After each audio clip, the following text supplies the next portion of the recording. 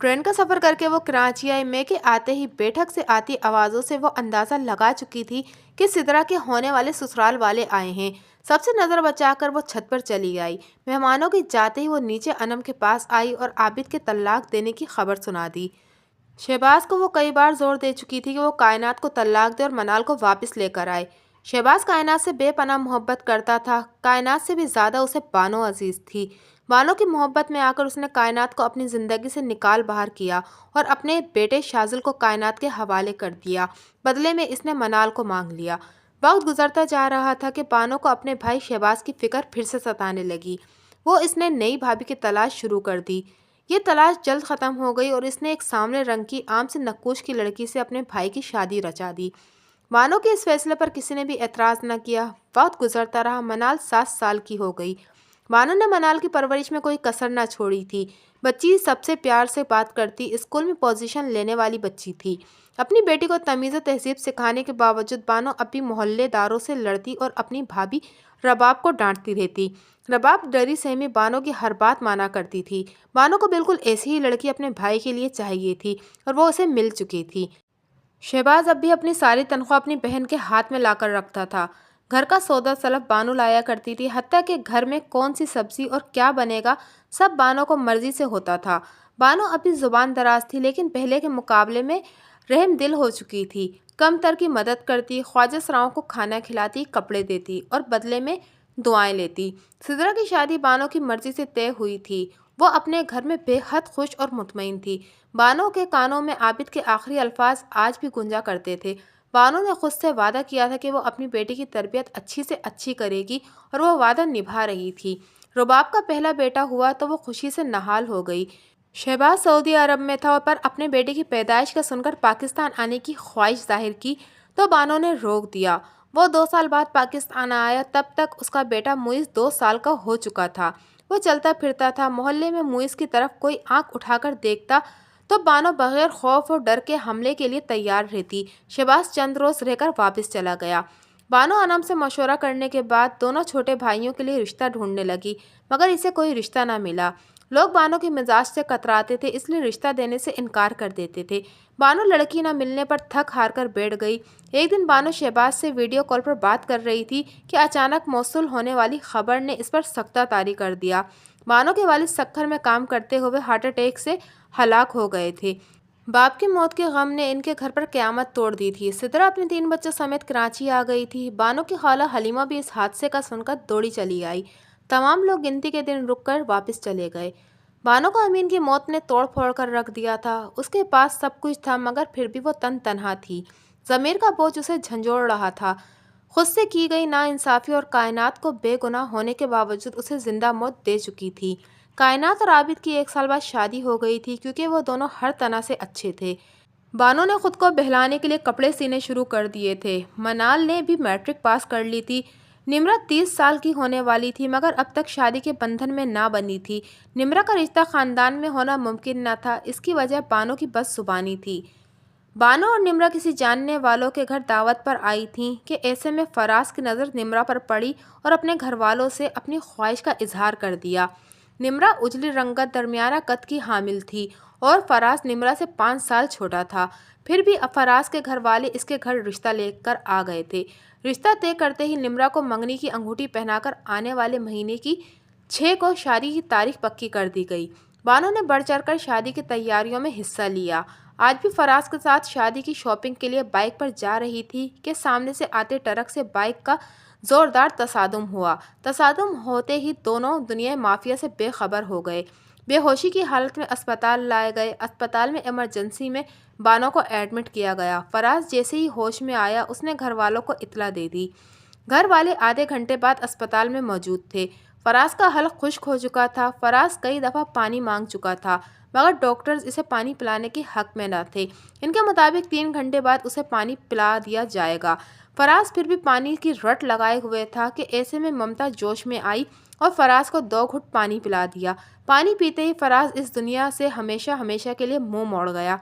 بانو دنیا کی فکر سے آزاد، ہر ایک سے بیگانہ، بے ہوش تھی۔ ڈاکٹر کا کہنا تھا کہ بانو کا بچنا ممکن نہیں ہے۔ 3 روز اسپتال میں زندگی موت کی جنگ لڑتے لڑتے وہ بھی چل بسی۔ پتہ نہیں یہ قسمت کا پھیر تھا یا اس کی فطرت کا اثر کہ بانو زندگی بھر خوش نہ رہ سکی۔ اسے اس دنیا سے گئے چوتھا مہینہ تھا کہ نمرہ کے لیے بہت اچھا رشتہ آ گیا۔ انم نے فوراً ہاں کر دی اور سہیل اور جمیل کے لیے بھی مناسب رشتہ مل گیا۔ انم نے تینوں کو بیاہ کر اپنا فرض پورا کر دیا، لیکن انم پر ایک فرض ابھی بھی قرض تھا اور وہ تھی منال۔ انم کی سانسیں جب تک چل رہی تھیں وہ منال کو اپنے سینے سے لگائے رکھنا چاہتی تھی۔ رباب بانو کے جاتے ہی سکھ کا سانس لے کر اوپر والے پورشن میں شفٹ ہو گئی۔ انم نے ساری جائیداد برابر تقسیم کر کے خود کو بری و ذمہ کر دیا تھا۔ انم کے پاس اس کی اپنی منال تھی جو اس کی آخری جمع پونجی تھی، اس کی بیٹی بانو کی نشانی، جسے وہ مضبوط ہاتھوں میں سونپنے کے لیے تلاش جاری رکھے ہوئے تھی۔